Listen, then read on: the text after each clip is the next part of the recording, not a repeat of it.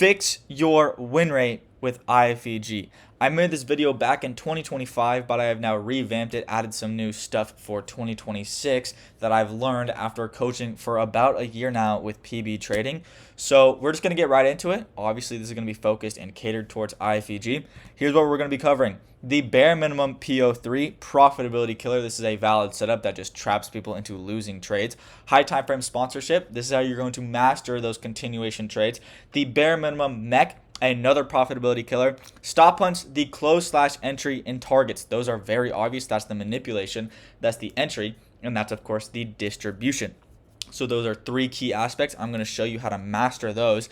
And then leading into the sauce, mastering manipulation in true narrative.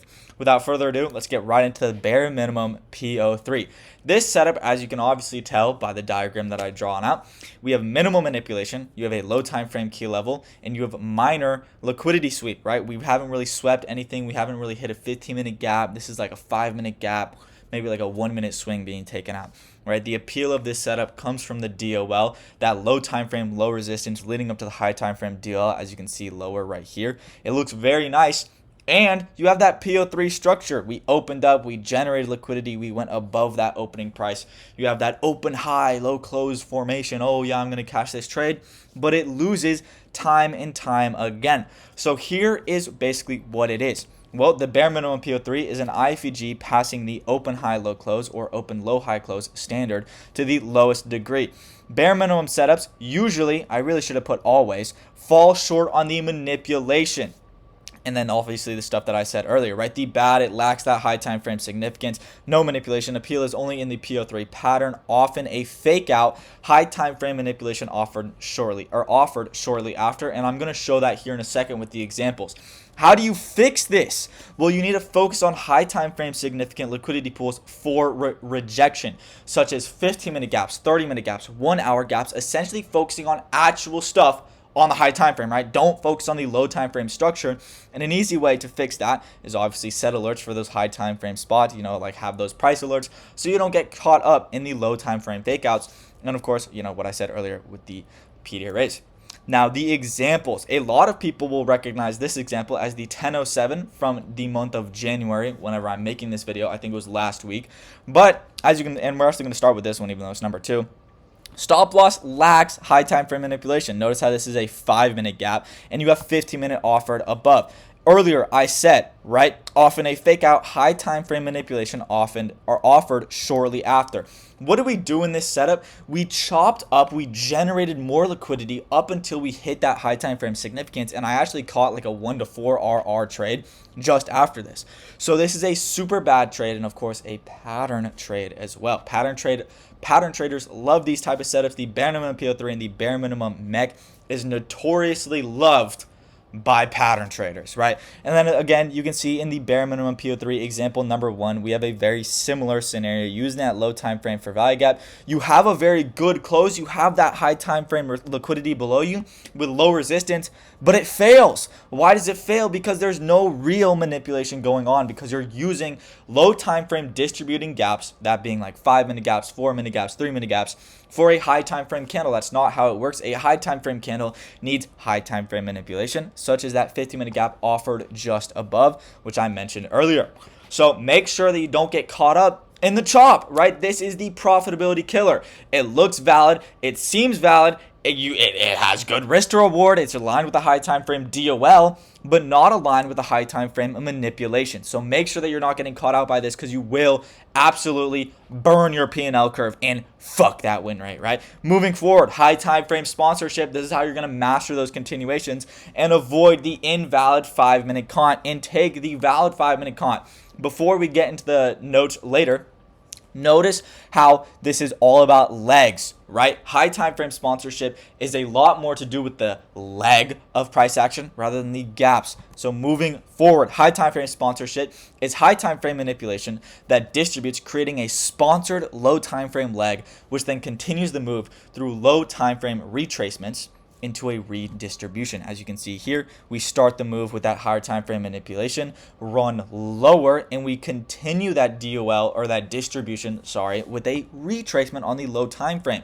Now, obviously, what are sponsors? Because people are like, okay, how do I know if a move is sponsored? Well, you need a high time frame key level. You need a significant liquidity sweep, such as like just a good swing high or a swing low. You know, you're not just looking for any type of liquidity sweep. Just look for those big wicks. Look for a session liquidity, maybe an hourly liquidity pool, anything like that. And how do you use it best? Also, SMT cherry on the top. How do you use it best? This is super important. High time frame DOL should be intact for the absolute highest probability scenario. How are you going to have low time frame redistribution if we already distributed? That does not make sense whatsoever. If the DOL is taken, if the distribution is complete, that low time frame retracement into redistribution will not work because the high time frame move is done. The sponsorship did its job, right? There is no point in having that low time frame redistribution. Obviously, strong displacement helps because key level is low time frame, right? If you're going to be obviously trading with the lower time frame fair value gaps, you at least want to have something good on your side, such as displacement outside of those gaps. And then another thing, combining with PO3 plus low time frame, low resistance, like those trades earlier, you know, you have the open high, the open low of that high time frame candle, like a 15-minute candle, 30-minute candle, and you have that low time frame, low resistance to then target. Common mistakes: mixing up low time frame sponsorship as high time frame. Reference the cover photo. Pay attention to this. How do I know if this 5-minute gap is valid? Well, the leg that the 5-minute gap is made from must be started by those high time frame sponsors, right? So notice here, I don't care what happened up here. We're just talking about this leg of price action. This leg, right? If we go 1, 2, 3, 2 to 3 is made from what? A low time frame gap. Sponsored or not does not matter. It is a low time frame gap that distributes. So if the sponsors are high time frame key levels and a significant liquidity sweep, and this probably comes with a low time frame key level and a low time frame liquidity sweep, that is not sponsored. Versus here, we obviously have that higher time frame liquidity sweep, such as an hourly liquidity pool with a high time frame key level, creating this sponsored leg. So this is valid, this is invalid because these sponsors are not here, they are there. You know what I mean? And then moving forward, only one gap is sponsored. The entire leg is sponsored. I really should have drawn this out better and included 2 gaps up in this first leg. But just imagine that there is 2 gaps, you know, just like double the gray box, whatever. Both of those gaps are valid continuation gaps. It is not the fair value gap that is sponsored. It is the leg that is sponsored, right? That is the key thing to take here. It's about legs of price action, not gaps.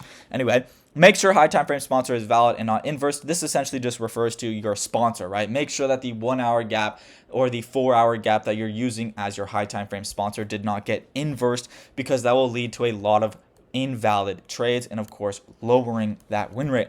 I do unfortunately not have examples for this, but because like it's really, it would just be more trades, but just look in the charts, try and figure it out. It is the sponsor. It is super simple. Don't overcomplicate. Oh my God, don't overcomplicate this. The bare minimum IFVG. This is the bare minimum MEC, but it could also be considered the bare minimum IFVG. Again, just like the bare minimum PO3, but the opposite. You have minimal targets. Where the PO3 is so good, the bare minimum IFVG is so bad. The appeal comes from the manipulation, right? You have the good stop hunt, you have the good key level, you have that great manipulation, but it falls short on the distribution, the exact opposite of the PO3, where you have great distribution but poor manipulation, right? Again, pattern traders' favorite, no high time frame gaps. That essentially is the distribution part. It lacks that high time frame significance in the targets, where the PO3 picks up. If you're picking up on my, you know, my tone or my what I'm kind of repeating here, the idea that pattern traders love this because they always neglect one part of the trade, right? Entries are very easy, the inversion is very easy, but you're nearly always neglecting the other parts, such as the manipulation or the distribution. And the bare minimum IFVG is commonly found with MEC model setups. Very easy to mess that up. Now, obviously, the bare minimum IFVG is an IFVG passing the requirements to the lowest degree. Bare minimum IFVG, and this should really say always, fall short on the targets, just like a 1 minute swing 5-minute fair value gap mech model is famous for this, and we're going to be going into that in the next slide. Lacks high time frame significance for targets is what I should have clarified. My fault. Minimal targets. Appeal is only in the stop loss and pattern of the trade. How do you fix this? Focus on high time frame significant liquidity pools such as previous week low, daily lows, 15-minute fair value gaps, 30-minute fair value gaps. Essentially anything on the high time frame will kind of bring you out of this scenario where you're taking these bare minimum IFVG trades. And then, of course, don't fade the trend. This really applies to the mech model. Whenever you're fading the trend with poor liquidity pools to target, you're always going to catch more losses than you should. Yes, it will play out. Yes, it is a profitable system. But is it the system that benefits you most is really what I want you to go at. And then you can see extra education at the bottom. Some of these slides will obviously have extra education like the PO3, but we're not going to be getting into that. Check the slide link in the description, and you can find it there. And then here are our examples. Obviously, this little drawing again. Bare minimum example number 1. Notice how you have that 1 hour fair value gap. You have the stop point. You have the good close. You have everything that makes a good setup good. But what are you targeting here? Well, you're targeting a rebalanced 5-minute fair value gap. As you can see, it's a 5-minute intermediate low. So this is not a mech model. This is just a regular setup. So you're targeting a 1-minute swing low that's already rebalanced a leg. And again, you're fading the trend. So your targets are all low time frame. There's nothing high time frame about this setup whatsoever, and that's why this lost. I really should have, let this play out to the further candles, but I just didn't. And then bare minimum example number 2. I don't know why this says number 1. Anyway, target lacks high time frame significance, right? You're picking up on the trend. Fades trend on top of that. And again, what are the targets, right? It's a 5-minute fair value gap with a 1-minute swing. The mech model is absolutely notorious for having these type of setups that essentially trap you in what seems like valid, but it's really invalid. It's a super trash setup. It's going to give you way more losses than you'd like. And overall, just eat up the profits that you worked so hard for in those obviously great trades. Moving on. This is now applying to the setup of the inversion, not the type of inversions, but this is how you're going to make the stop loss better. So going into the stop hunt, notice how we have a swing here and a swing here. Whenever you take inversions, now this is how I personally trade. You can take inversions without these, but me personally, I used to get reswept a bunch. So I'm always looking for the low of my inversion to have a stop hunt. Before we get into this part, I'm going to show you the examples because a lot of people get confused by this. Notice how this setup is a valid inversion. I will not take this fair value gap or this inversion fair value gap because it does not have a stop hunt. If you're someone that struggles with catching the winning trade, or like you have the DOL, you have everything down, but you just get reswept time and time again, this is what's going to save you. Whenever we actually take out a liquidity pool, have that little extra leg of manipulation, take out that swing high or swing low, then we create that inversion. It's going to help you so much. This does not mean I'm waiting for a setup to fail. This just means that I'm waiting for a swing high or a swing low to be taken out, right? The first entry, 0 stop hunt, open liquidity at your stop loss, versus the second entry, you have a high resistance stop loss. More engineered targets offers better discount and premium because we struck further or lower into that range. Now going into what is it? Obviously, swing high / low must be swept. Basically what I was saying. The importance. Why is it so important to have a stop hunt, at least for me, right? This is how I love to trade. No stop hunt, to me, is no high resistance, right? It has absolutely no high resistance in that stop loss. It's open liquidity and therefore it can be swept very easily. And you're neglecting the most important aspect of a setup whenever you do this. Opposite of the bare minimum IFVG, the appeal comes from the fast retrace into expansion, prioritizing DOL over the stop loss. PO3 setups won't really have this simply because you're having that high time frame candle open when you'll nearly always take out some sort of swing. But you'll usually see, right, oh, we retraced, we're expanding, we're going to run to the DOL. And yes, probabilities exist, this will play out, but me personally, I'm always going to fade this because I'd rather catch the setup that I'm most convicted in. The where do you want stop hunts at? You want stop hunts into or inside of high time frame key levels, such as a fair value gap. So that means if you have a 15-minute gap, we print a swing high just below it. We take out the swing high, run into the gap. That would be a stop hunt into, or if we already mitigated that gap a little bit and then have a stop hunt inside of it, that is the valid stop hunt. Ideally, sweeps an accumulation such as a PDI or like basically just the AMD. Bonus points is if sweep is after high time frame candle. This is the PO3. We're going to be going into that whenever we hit the mastering manipulation slide. But essentially, if you have a 30-minute candle open, or let's say the 10 o'clock candle open in the New York AM, and you have that stop hunt after the open, it's just a great scenario because now you're with the high time frame manipulation, catching that distribution. And then what is the best stop hunt?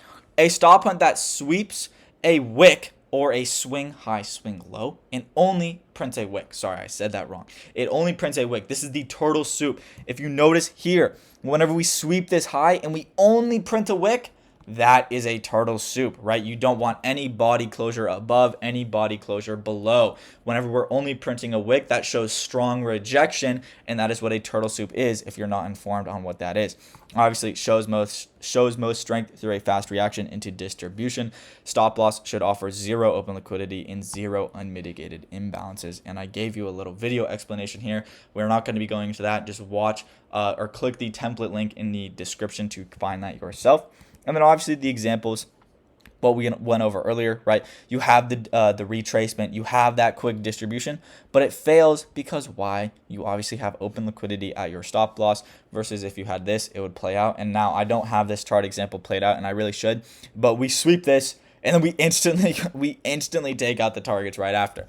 And then you can see it right here. Again, we inverse this gap, albeit very slow. But again, no stop hunt, just a retracement into expansion versus whenever we do retrace, we sweep out, whenever we have that stop hunt, we sweep out all of that liquidity, instantly inverse to the buy side, and we slam those targets. So make sure that you're not having easy open liquidity at your stop loss.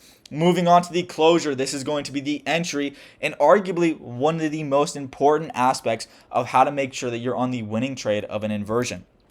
So, strength/health. Is the candle mainly a body or mainly a wick? The reason if your candle is mainly a wick, it shows rejection. It shows weakness in that inversion versus if it's mainly a body. And you can even look at your own journal entries. Look at the A+ setups. I would say 9 out of 10 times with an A+ setup, you're going to have a big body for that inversion close. Obviously, the close above/below the fair value gap. Don't only look at the candle that closed. Consider the candles that led to the close, and I'm going to be expanding more upon this in the examples here in a second, so just wait on that. Avoid closes that are only a few ticks through the fair value gap. This does not apply to every trade. Yes, sometimes you will just have a few ticks above, but again, what you're looking for is strength. What you're looking for is obviously a bias. Let's say you want to be bullish. You want that bearish gap to be treated horribly. You want a close above. You don't want any candles respecting it. You want to disrespect that gap entirely, and that would mean a healthy close above the gap. And now the time/speed to close. The timer of a fair value gap, obviously like the one that you want to consider, that timer starts after we interact with it. So if the gap is made at 10:04 but only interacted with at 10:08, the timer doesn't start at 10:04. It starts at 10:08 whenever we actually interact with the gap. Did the inversion happen fast or slow?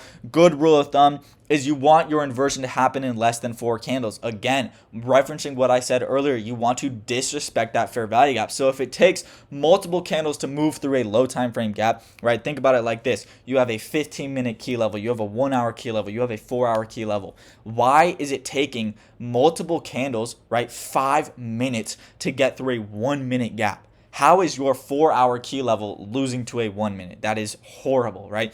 So you want less than 4 candles. Anything above 5, me personally, I'm most likely going to fade it. And I might take it if I have super high conviction, but anything above 5 becomes very iffy because why are we waiting? We already manipulated. We have the targets. All we need now is good distribution, and if you're not getting it, chances are you're on that wrong side of the narrative of where price is actually going to go. And then less than 3 for best, right? This would mean like 1 candle closure, 2 candle closure. Obviously, instant inversions are going to be the best. And then risk management.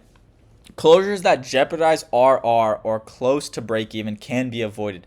Now, I'm usually always going to take a setup, even if it's close to my break even, because it's worth the risk if I have high conviction.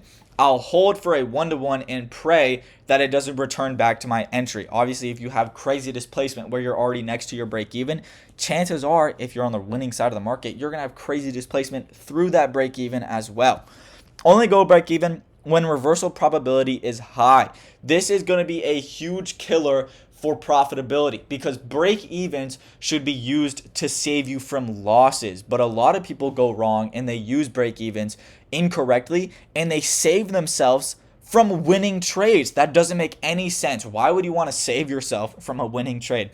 So make sure that your stop loss is actually threatened by what we're hitting, such as a high time frame fair value gap, an SMT at your target, or sweeping external range liquidity. Those are just a few examples, but the way to go about this is obviously weigh conviction, right? Not just against the low time frame liquidity. Does the liquidity sweep or the imbalance being interacted with make your conviction go away? Do you start worrying about the possibility of a reversal? That's how you want to go break even, not just, oh, my mentor told me to go break even here, I'm going to go break even here. Does it make sense to you that price could reverse to your stop loss?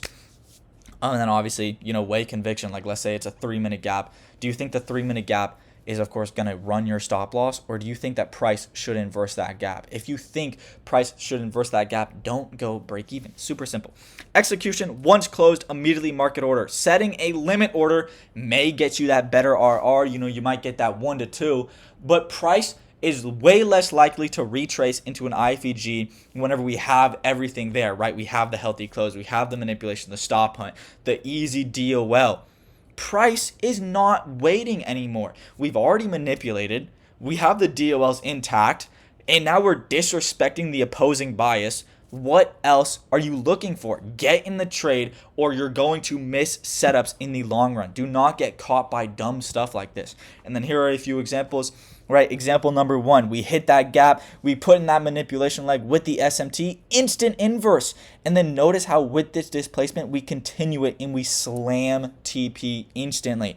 Again, right here, we interact with that fair value gap, we have that stop hunt right here, we put in that SMT, we instantly close through. This 2-minute fair value gap didn't print a single bearish candle on the 1-minute chart. It's weak.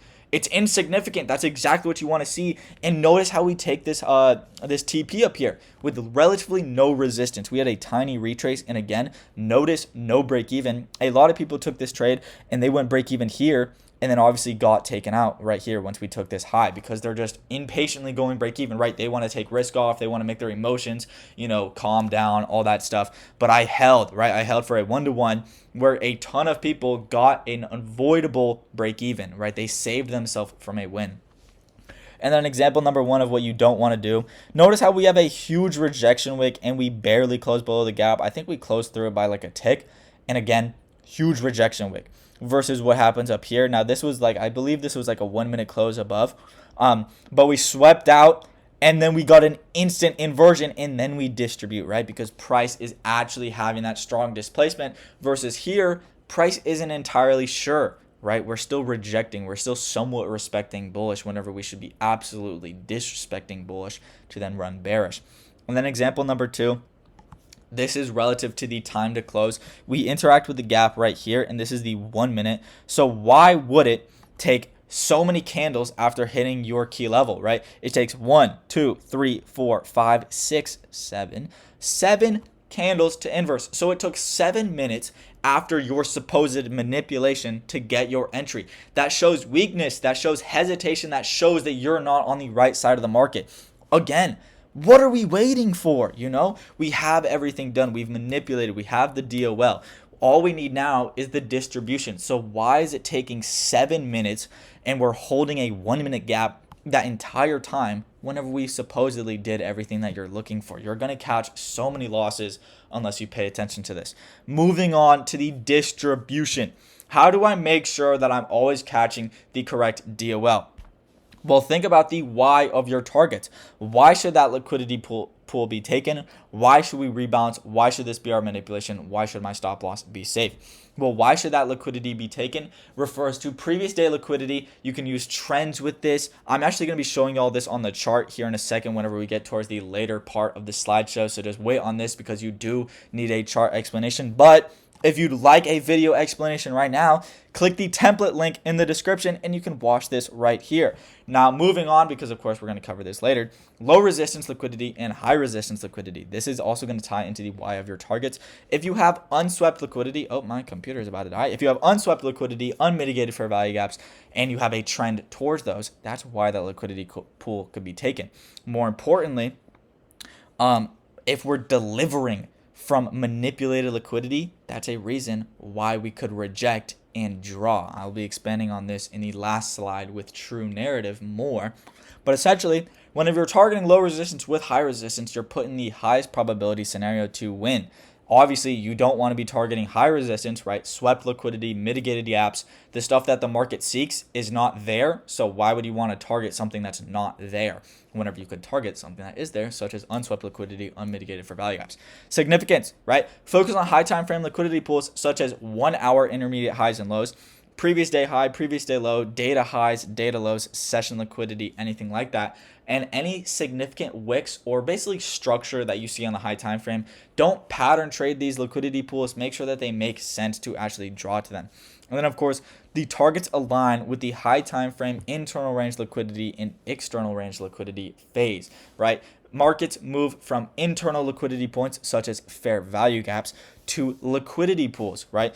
Rebalancing imbalances to then seeking liquidity and vice versa. Think of the MEC model. What is the MEC model? You're sweeping liquidity into a rebalance, right? So it's an ERL to IRL model. Me personally, I like trading with the trend, so I'm going to trade from that fair value gap seeking liquidity. And then low hanging fruit. Obvious liquidity pool is the low resistance of low resistance, right? I'm actually going to go way back here. This would tie into the bare minimum PO3. This would be low hanging fruit, right? You're leading up to that higher time frame DOL, and this is low resistance. You could TP here. This is a damn near guaranteed DOL because we're already so close to your high time frame DOL. You're following that trend, and now we print low resistance targets that you can just take out using the high time frame as a magnet. Super easy scenario to put yourself in.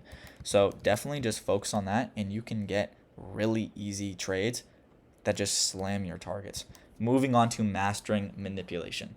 Now, this is going to be very, obviously, the manipulation hasn't changed. I made this slideshow back in 2025, and nothing has really changed. It's the same exact thing. The where, this actually, if you recognize this, this is the same as the sponsors that we talked about in high time frame sponsorship. That high time frame key level, the significant liquidity sweep with the SMT, that cherry on top, right? That's going to be the best criteria that you want to see in alignment, obviously, of your narrative or DOL. Reaction. How does price react once the key levels are hit / your point of interest in hit? Bodies tell the story, wicks do the damage. This is something I'm also going to be showing at the end of the video. Whenever I show, obviously, trading view, I'm going to be expanding upon this about how bodies, right? Let's say that you have a 4-hour fair value gap. You want wicks to be printed inside of that 4-hour fair value gap. You want the bodies to be closing outside of it, right? Respecting it.